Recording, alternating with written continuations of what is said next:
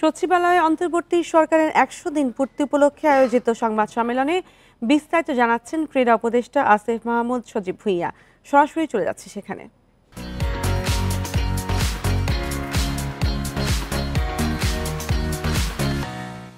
Loan রেখে দিয়েছে। আমি যদি একটা উদাহরণ দিই, সেটা হচ্ছে বাংলাদেশ ফুটবল ফেডারেশন।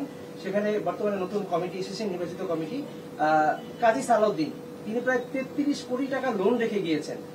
হ্যাঁ, যেটার কোনো আসলে হিসাব তিনি দিয়ে যান না। এটা তো এই দায় তো বাংলাদেশ সরকারের কিংবা ফুটবল ফেডারেশনই পরিশোধ করতে হবে। হ্যাঁ, এখন তারা এই দায় তো আর নেবে না। এতদিন বিচার করা যায় না, ফিফা হস্তক্ষেপ করবে বা এরকম একটা বিষয় ছিল। এখন তো তারা সেই ব্যাপারটা নাই। সুতরাং এখন কি তাদের বিচার কিংবা তাদের হিসাব কিতাব দেওয়ার আওতায় আনা হবে কিনা? শুধু বাফুফে না, প্রতিটি ফেডারেশনের জবাবদিহিতা আর নিশ্চিত করার জন্য আমরা ইতিমধ্যে বলেছি যে প্রতি বছর তাদেরকে একটা প্রোগ্রেস রিপোর্ট, তারা কি কি কাজ করেছেন এবং অডিট রিপোর্টটা আমাদের জাতীয় ক্রীড়া পরিষদে যেন সাবমিট করে।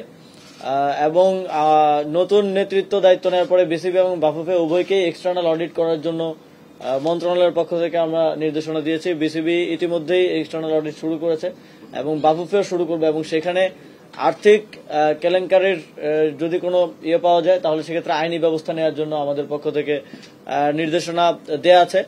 এবং যেহেতু এই প্রতিষ্ঠানগুলো স্বায়ত্তশাসিত, আপনারা জানেন, মন্ত্রণালয়ে তার পরামর্শ এবং কিছু ক্ষেত্রে যদি আমরা আরেকটু এক্সপ্লাইট করতে পারি, আমরা একটু নির্দেশনা দেওয়ার চেষ্টা করি। তবে দিন শেষে সিদ্ধান্ত এবং যে তার বাস্তবায়ন সেটা ওই ফেডারেশনই করে থাকে। এবং আপনারা এই প্রশ্নগুলো আমাদের পাশাপাশি তাদেরকে বেশি করলে, বিকজ ওনাদের রিলেটেড ইস্যুস, ওনাদেরকে আপনারা এই জবাবদিহিতাটার মধ্যে আনবেন, যেহেতু আপনারা স্পোর্টস সাংবাদিকতা করেন অনেকে। এবং একই সাথে আমরা দেখেছি যে আমাদের যে স্টেডিয়ামগুলোতে যে দোকানগুলো রয়েছে সেখানে সরকার খুবই নামমাত্র ভাড়া পায়, কিন্তু আসলে 4-5টা চুক্তি হয়ে গেছে এক একটা দোকানে, এবং বারবার হাত বদল হতে হতে সেটার ভাড়া দেখা যাচ্ছে সরকার পায় 7-8 হাজার, কিন্তু আসল ভাড়া 2 লাখের কাছে গেছে।